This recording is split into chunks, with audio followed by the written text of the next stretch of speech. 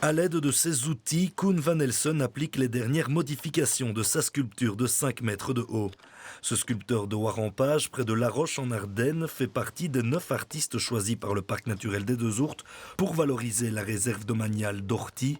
Habitué au travail du verre, Koen a cette fois choisi le bois comme matériau pour ce projet. Je m'ai engagé dans ce projet parce que c'est surtout un projet qui s'engage dans la nature, dans tout ce qui va mal dans la nature.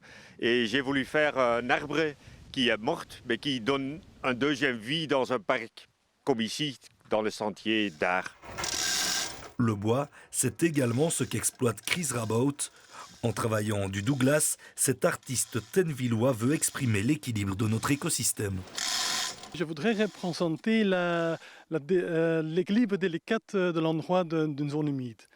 Et en fait, ça laisse de tomber, mais en fait, ça tient bien parce que tous les éléments dans l'œuvre fait que ça tient bien, comme dans une zone humide, tous les acteurs jouent ensemble.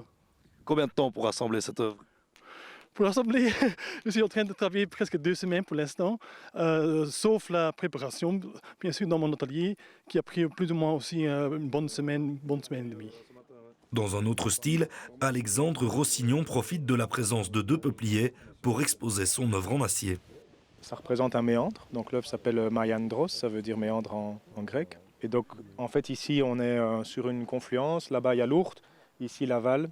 Et alors la zone humide, en fait, c'est un endroit où l'eau, quand il pleut beaucoup, tous les bassins arrivent et alors ça se mélange et puis hop, ça se redistribue. Voilà, et le méandre, pour moi, c'est vraiment une belle thématique. Les méandres de l'âme, dans la vie de tous les jours, on doit passer d'une berge à l'autre et je trouvais ça vraiment beau.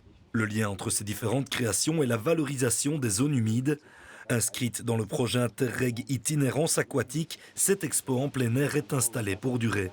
C'est permanent, donc les œuvres ici vont rester en permanence. Donc c'est une petite balade qui fait 3,5 km, qui est déjà aménagée avec des panneaux didactiques là, vraiment typiquement en nature. Et donc ici, la promenade va être en plus enrichie de ces œuvres d'art. Et donc avec la commune et le syndicat d'initiative de Sainte-Aude, le sentier va vivre et il y a déjà des événements qui seront prévus pour faire vivre ce sentier. Mais les œuvres seront là en permanence. L'inauguration de ce sentier didactique et artistique se tiendra ce 21 septembre dès 9h30, de quoi embellir encore un peu plus la réserve naturelle d'Orty.